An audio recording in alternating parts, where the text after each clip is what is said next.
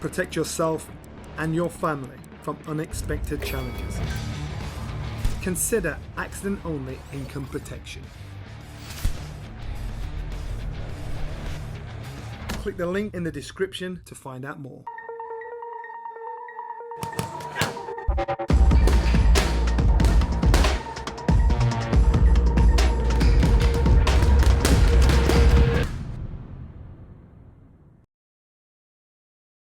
Boxing King Media in association with SaveMoreMoney.com. Dominic Ingle. Dom, we're sat next to, I think this bag potentially might be older than you. Do you want to tell the fans a little bit about this bag? It's like, that's actually like cement, isn't it? That's rock hard. This is the first gym in the bag. And the reason it's the first big... First gym in the bag? Sorry, the first bag in the gym. The reason being is this was the shortest span. And I remember my dad went to a scrapyard and asked somebody for an RSJ to hang the bag off. So he got one off. It might have been a scrapyard in Sheffield called Walter Heselwood and Sons, who sponsored the gym, and he put this in himself just to hang this one bag off. And if you look in this gym now, there's 1, 2, 3, 4, there's 4 RSJs of various depths, and we all put them in single-handedly to support the bags, big metal beams. So this was the first bag. That's the first beam because it was the easiest one to put in. And the people who've hit this bag over the years to develop the power, this was all the power where Naz had it. They never lifted weights. Harold Graham, Mick Mills, Nazim Hamid, a guy from way back called Paul Sykes. Older fight fans will remember him, bit of a nutcase from Wakefield. There's documentaries on him on YouTube. And he came in one day. He was managed by the same person who managed my dad, a fellow called Tommy Miller, and he sent Paul Sykes down to the gym for my dad to train him. And he came in, I can remember I was only young at the time, and he came in, hung his jacket on the side of the ring, and he was whacking this bag. He was eventually got done in by a fellow called John L. Gardner for the British title. But people check him out online. Paul Sykes, he's got quite an interesting story. He's dead now, spent a lot of time in prison. So that's the story for you, for the fans. Yeah, I thought it'd be, because we normally stood next to the yellow bag, and I thought it'd be interesting to get next to the oldest bag in the gym, because like that bag's basically seen everything. What kind of year is that? Is that 1960s? Are we talking, or is it 50s? No. I mean, to be honest, this was probably that bag came in probably around about the 70s. I mean, my dad started doing this in the 60s, about 64, 65, and he just had it was just a gym. It's just a hall. There's nothing in it. And it was mainly doing running and sparring on the floor. There was a stage at the back there, and then eventually got like a makeshift ring put in. Nothing like it is today. So basically it was just that kind of stuff, a little bit of weights, a little bit of, it weren't even pads in them days, they didn't even have pads. Skipping, footwork, shadow boxing, that's all it was. And then he got a couple of stand-up bags on the pole, springy pole. And that's what it is, and then from there it developed. I've come across a clip from, I think it's late 60s, maybe early 70s, off the gym where your dad's walking about, and if I can find it, I'll kind of put it over the overlay of this video. I've got that clip. I think it was on Look North or BBC it was, and they did a little clip on my dad and my mum, and I remember my dad being in here, and it was a dark and dank place back in those days. The lighting was very poor. So that's quite a throwback. I've actually got that clip somewhere myself. Good stuff. I've got to start with Dom, because I was reading the comments, and a lot of people are moaning about your body warmer and this t-shirt that you're always wearing. Obviously I'll let you explain if it's the same t-shirt or not, but I had a word with our sponsors at Boxrow, who, just for the fans to let you know, they've got a huge Black Friday sale coming up. I'll put the link up, get yourself registered for it, because they're going to have some crazy deals on. But they managed to sort me out a couple of tops for you. Box where I wear this stuff sometimes. Is it long or short sleeve? That's a long sleeve. Well, what I might have to do is I might have to trim the sleeves off, because the reason I wear body warmers, because when you've got arms like that, you need to show them off. Even in winter, I wear a body warmer with a t-shirt. I very rarely wear long sleeve shirts. But seeing as Boxrow have given me these, I'll try them on, and I'll try and keep the sleeves on. Thank you. No problem. So let's move on to the boxing. The first thing I've got to cover is the enigma that is Tyan Booth. We've seen in the last week or so he's lost a lot of weight. He stopped drinking alcohol. I know he told me he's only stopped drinking for a week, but I think we kind of know that's not true. It's probably a bit longer than that. He's making his comeback. He's fighting in an unlicensed fight tomorrow against, I think the opponents had 20 wins and 3 losses, quite a good opponent. And he's fighting for like an unlicensed belt. So you've obviously been with Tyan you've known him since he obviously entered boxing. What do you make of it all, that he's kind of looking for redemption to improve himself physically and mentally? I think this is probably the first step on the way back, to sorting himself out. He's had obviously a lot of issues over the past, and drinking and doing his videos, and I think he's had quite a bit of fame out of that, and I think he's just going to change direction now and realise he's just digging himself into the hole. Obviously something happened over a video. He got a visit from the police, and I think it's kind of made him think a different way about life. He's getting to that age now where he probably needs to smarten up his act, and I think how unlicensed fights are going, and the misfits, there probably is an avenue for him to walk down and follow that and get some notoriety and a bit more money. So fair play to him. I'm thinking of going down to that fight just to watch, because like I said, the guy's had 20 wins and 3 losses, so he's got half an idea what he's doing. And Tyan can fight, whether he's giving himself enough time to get fit for that, it'll be another thing. But he should know enough, even when he's not 100% fit, to be able to, what we call, old man the opponent and get the win. Yeah, if anybody wants to come and watch the fight, it's obviously in Dudley, so it's at a place called The Venue on the High Street in Dudley, tomorrow night on Saturday. If you want tickets, there's not many left. You could DM us on Instagram and we can sort that out for you, get your name on the door. I think the tickets are £40 and there's not many left. And we'll also be live streaming the show as well tomorrow night on Boxing King Media, so keep an eye out for that as well. And obviously talking of the journey that Tyan's had, with regards to losing weight, diet, etc.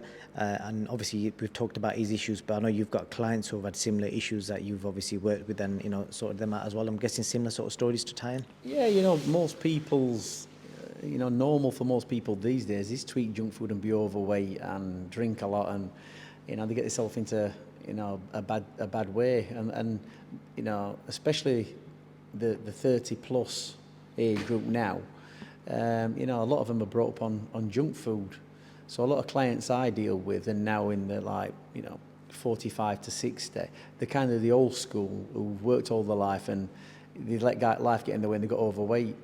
But you can pull them into line. I've done some great transformation with that age group. But what you find with these in the 30s, that they don't want to get into shape. They want to enjoy life, so to speak. And I just think, well, really enjoying life these days involves vaping, taking drugs, eating junk food, drinking excessive amounts of alcohol, and the effect of that is in 10 years down the line, when they get into their 40s, they're having kids, and they have kids born. They think they want to live their life a bit longer, and they start making adjustments, and it's very difficult to get across to that generation of people, what I call the under 30s, that plan ahead, because you're going to hit this at 40 years old, when your life's going to be totally different and you need to get on track now. But there's no telling half of these people. They're living for the day.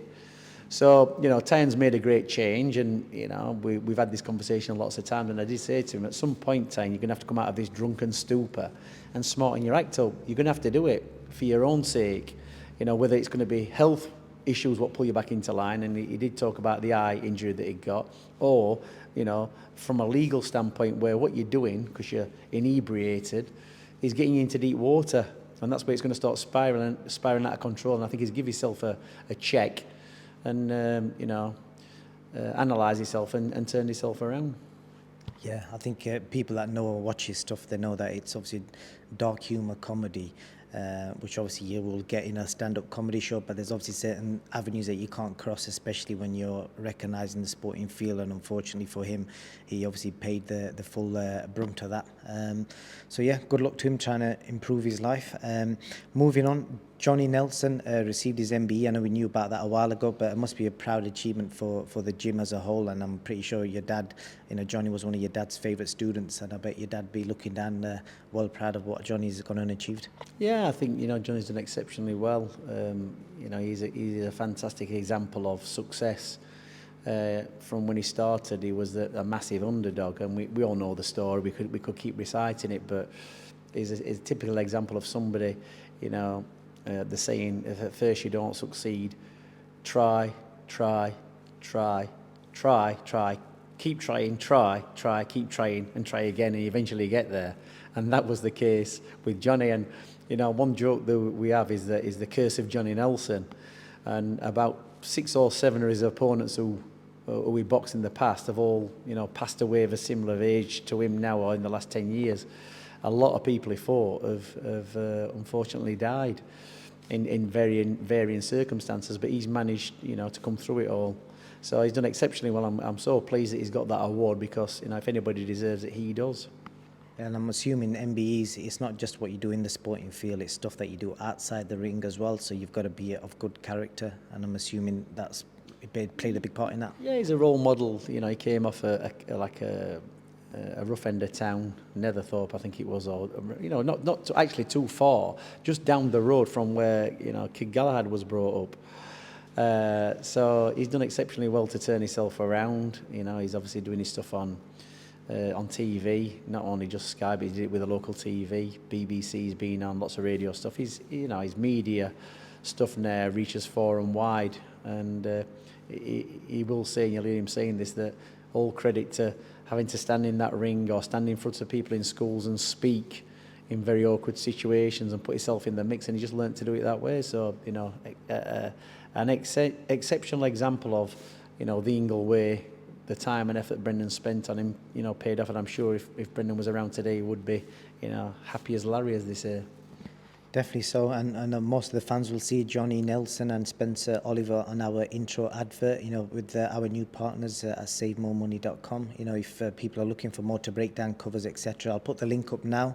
Hit the link, within 90 seconds you can get a really good insurance breakdown cover, or at least get a quote, and it's the best in the market. The link will be coming up on the screen now. Just going to check this message, because I'm dealing with a client at the minute, and I've just got to make sure I haven't got a message from him, because I'm looking after him. I don't think that's his message. And I have to send him so much money every now and again, so he can just spend it on healthy food and not drugs and alcohol. So I have to keep checking my phone so I can send money to his account. So if he's gone shopping, let's read the message. I've had missed calls, but it might not be him. That's an interesting thing. That before we move on to what I'm going to speak to you about, the people that you're working with, you're dealing with people who are obviously drug users, etc. But you're dealing with them all one-to-one, am I right in saying you're dealing? You speaking to them, you're not got like somebody on the phone, a receptionist or something like that? Sorry? So you're dealing with everyone direct? Yeah, I have to deal with them direct. I mean, you've seen one this morning, he's come in, and you've had a correspondence with him yourself, and I remember the first thing you said to me is he a madman? And you've met him in person today. That's a guy I've had for about a week, who I've dug out of a bit of a hole, brought him to Sheffield. I've actually got him in the Galapad, and got him on his medication, regular medication, stopped drinking alcohol, get him away from drugs, and in 7 days he's a different person, and he's up here for a month or two, and hopefully the system in this gym and being monitored. You saw the PA I've got arranged with him, who's took him out today. It's keeping him on track. He's in obviously desperate need of keeping on track, otherwise he's going to self-implode, and that's going to be the end of him. So it's not something I do, at the minute in a big way. It's through an association with somebody else, and this guy got onto me about a year ago for a diet, and I gave him a diet, and it lasted about a month, and then for the last 12 months his life's been a bit of a nightmare, and it's all been unfolding in front of him and me. So I've decided to intervene and get him up here and get him on track. So apart from the people I diet and stuff, yeah, there's always going to be the odd case of these people who abuse substances and they're not in a great place, and maybe I'm going to explore that. There's an avenue to help people that way as well. Yeah, and as always, if someone wants help with regards to that, hit up Dominic Ingle on Instagram. But when we talk about the stuff you're doing with diets, people always say in the comments again, what about fighters? Are you still training fighters? Or do you want any more fighters? Where do you stand with all that, Dom? Because obviously with all the knowledge you've got, I know you've got Mohammed Subhan and you've got Brad Goldsmith as the 2 fighters in the gym. But other than that, will you take on any big names? What's the sketch for that? Where I am, we've done a lot in boxing, and we've, as my brother likes to say, John who trained Nazim Man, we've been to the top of every so many times. We know what the view's like, and it takes a long time when you're starting from scratch with the likes of Kell Brook, Kid Galahad, And obviously I've had other people come to me like Billy Joe Saunders and other fighters who are well established. And now it's more of a case because I'm busy doing a lot of other stuff. Yeah, we've got a great amateur section in the gym. It's packed out every night. We've got amateur shows running on a regular basis. That's enjoyable. Professional fighting is hard work, keeping people on track. I've had a few people make inquiries, you know, some quite high-profile fighters. And to be honest, it's more going to be how I get on with them, how easy it's going to be for me, what kind of the relationship's going to be, more than the money and winning a title, because I've done all that already, got the money and we've won the titles. So it's just whether I want to help that person or I'm the right person for them to get them where they need to be, whether I want to go on that journey again, because I've done it so many times. But, you know, I'm still in the gym training people, sharpening the tools, as they say, keeping on top of it, because it doesn't take very long, even as a trainer. If you neglect what you're doing, you do kind of lose what you've learned. You know, you've got to be sharp.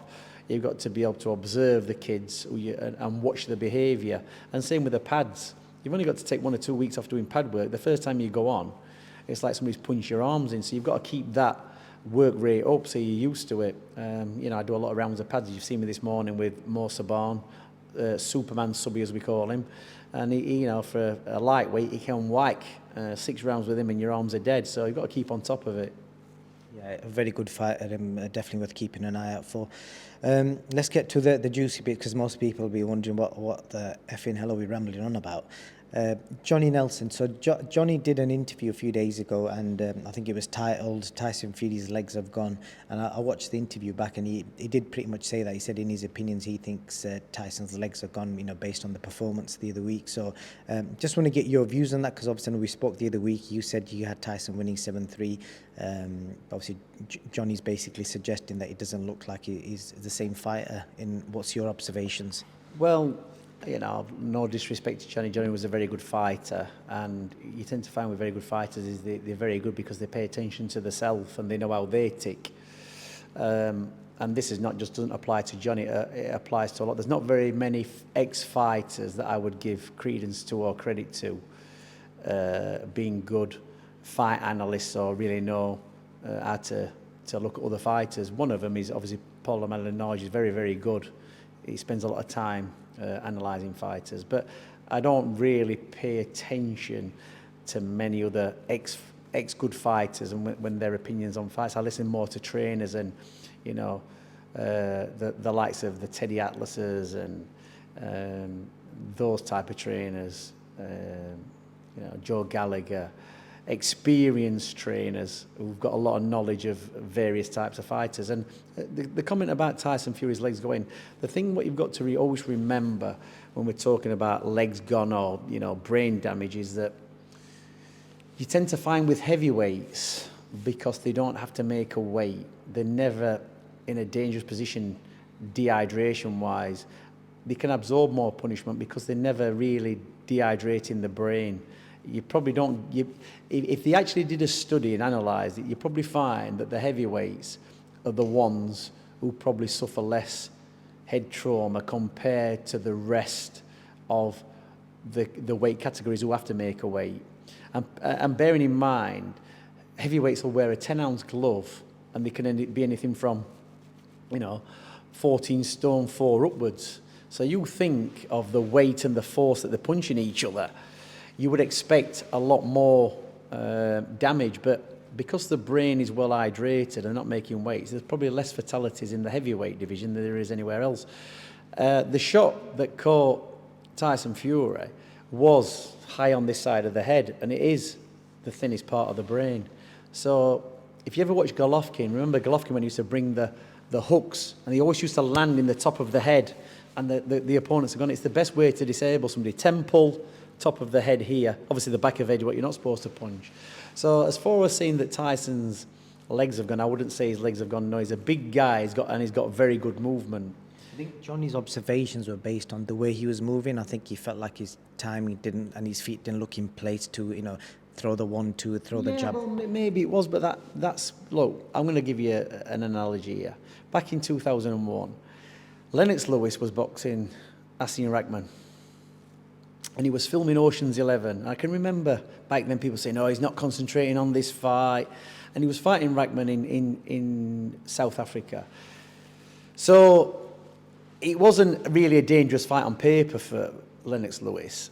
And he was doing the filming, he was obviously fighting Klitschko in Ocean's 11 or whatever, and he was getting carried away with the filming and doing his stuff. And you can't really do that when you're the heavyweight champion of the world. You've got to focus on what you're doing. Your job is to box, not to be a film star, not to be involved in anything else. It's got to be single-mindedly on the opponent. And if you've got any kind of distraction at all, it's going to be an hard night, an odd day in the office. So he got knocked out by Asim Reichman. I can always remember because it was on the day of my older sister's wedding. He got knocked out, and I can remember watching it at the wedding reception. And a lot of people gave him the gypsies warning that was going to happen, and it did happen. 6 months later, 7 months later, he boxed Reichman and flattened him. Now, when he boxed Reichman the first time, it was in Johannesburg. High altitude, it was 5,000 feet. So if he hadn't prepared properly while he was doing the filming and thought, I'll do this easy enough. If you ever go to Johannesburg, and I've been, it takes your breath away when you're running. Johnny Nelson's fought there. Lots of my fighters, I've been there several times. When he boxed Reichman the second time, he obviously prepared properly. He went to Vegas, which is only 2,000 feet. It's not high altitude. So he looked a different fighter in the second fight. Tyson Fury has been involved with a lot of stuff over the last 9 months, and not a lot of it is training. Sorry, over the last 12 months. It's only the last 3 months, and I said in the last video, that he's actually trained for that fight. So, yeah, of course his timing and coordination and balance is going to be out, because all he's done is train to lose weight and get himself in some kind of condition. And the telling signs will be, if he's going to fight Usyk next year, he had the gypsies warning in the last fight. I'm expecting Tyson Fury, the best version of Tyson Fury, to turn up for the Usyk fight, because he's had a rude awakening. So we'll see, because if what people are saying about Tyson Fury, that he's, I think Eddie Hearn said his punch resistance has gone, and Johnny Nelson saying his legs have gone, oh fine, that's good. And when he boxes Usyk, we'll find out, won't we? Because Usyk's an high-level fighter. And I've always said, my opinion is, if Tyson Fury comes in at his best, Usyk won't stand a chance. Now we've seen a bit of a chink in his armour with Ngannou, but Ngannou's like a massive, solid unit. And, you know, he might not be a boxer, but he's, you know, them UFC fighters, they get kicked and punched and kneed and elbowed in the face. You know, that observation about the legs gone, obviously enough you've got a trainer's perspective. Would Johnny have a better perspective of, like, obviously when people see your legs have gone, I know you just kind of explained it there, it's more to do with like rehydration and all that kind of stuff, but I mean, with Johnny being an ex-fighter, would he have a better like opinion of that than yourself as a trainer? I don't think so, no. Johnny Nelson got a lot of injuries in his career. I was in the gym when he was sparring, and his patella tendon snapped. And, you know, he's had various problems with his knees and his hips, purely because of the amount of road work and the training that he did. And when that happens, it also happened to Junior Witter with his ALC, back of his legs, both of them done. Once the strength, or you have an injury in your knees or your hip area, what you find as a boxer is all your power starts to go, because that's where the power comes from. Now, Tyson Fury has no issues with his knees or his hips. He's a big guy. So, you know, and for me, he's always been very, very good on his feet. The only way really his legs could go, yeah, he had a big, you know, he didn't get knocked out, but he got dropped heavily against Deontay Wilder. He's never really taken a lot of hammering fights, Tyson Fury. Yeah, he's been hit with some big shots in fights. But if you look through his fighting career, there's only a handful of people who've really connected heavily on him. So it's not like he's had a tough career from start to finish, getting punched around the head. So when people refer to the legs going, the legs go from getting head trauma. That's where it is. Not because you've run too much, or you know, you lifted heavy weights and been doing heavy leg workouts. It's because you get head trauma, so your balance starts to go. That's where they say legs have gone. So could the Wilder trilogy be affecting that? I don't think so. I don't think he had enough big shots, like I said before, because his brain's well cushioned as a heavyweight. Do you understand? And don't forget, he got up from that shot. He's never been out cold, never. So, you know, your brain is well cushioned with fluids as a heavyweight. And then, obviously, we've spoken about the punch resistance that you said, Eddie Hearn said. The other thing I want to speak to you about, Dom, is I think Johnny also said that he felt there were too many people in his team that are maybe too scared to tell him the truth. That's the observation Johnny made just from, I'm assuming, that watching the footage during the fight week. What do you make of that? Do you think that could be the case? Johnny obviously was part of the Nazim Hamid entourage when Naz was flying high, and he's got a lot of inside information, Johnny, a lot of insights. And it's no different whether it's Nazim Hamid, Tyson Fury, Mike Tyson, Anthony Joshua. It's the same. When they have the entourages, there's always going to be everything going off in the background, and nobody wants to get thrown off the team, and the person who gets thrown off the team is the person who stands up and says, wait a minute, this isn't right, what you're doing is wrong, Tyson, or what you're doing is wrong, Naz, or what you're doing is wrong, Anthony, you need to start doing this. What generally happens then, the person who raises a voice gets booted off the team, and they're not getting flown around all over the world, and not having a great time, everything paid for. So most people keep their mouth shut while the party's going on. So I don't think the people in the team, if we're referring to about Tyson's legs going, I think Tyson's very, very self-aware of himself. Well, I mean, that's very, very aware of himself, very self-aware. So, and I think he's the most clued up person in the camp. He is. He's not stupid, Tyson Fury. He's very good at analysing fighters. He's a very good boxer. He's the cleverest person on the team. And you've only got to look, how he's gone through his career, that the trainers he's had from the start, he's never really had what we would call high-level fighters compared to somebody like Anthony Joshua. If you think he started off his boxing career with his uncle Huey, most people won't know that. Then he went to his uncle Peter. Peter's now training people, but at the time Peter was a relatively unknown boxing trainer. So you think the most credible, on paper, really, trainer he's had is Sugar Hill, who was the nephew of Emmanuel Stewart. Anthony Joshua, on the other hand, has had Robert McCracken. Who else has he had? I'll go on to AJ. I think we'll move on to the next thing I wanted to speak to you about. You've obviously explained what Johnny said there. So the other thing I want to speak to you about, Dom, is I think there's an interview that Eddie Hearn did yesterday, and basically he was quoted as saying, have you ever been stranded on the side of a motorway with a broken down car? Like me, is that something that worries you?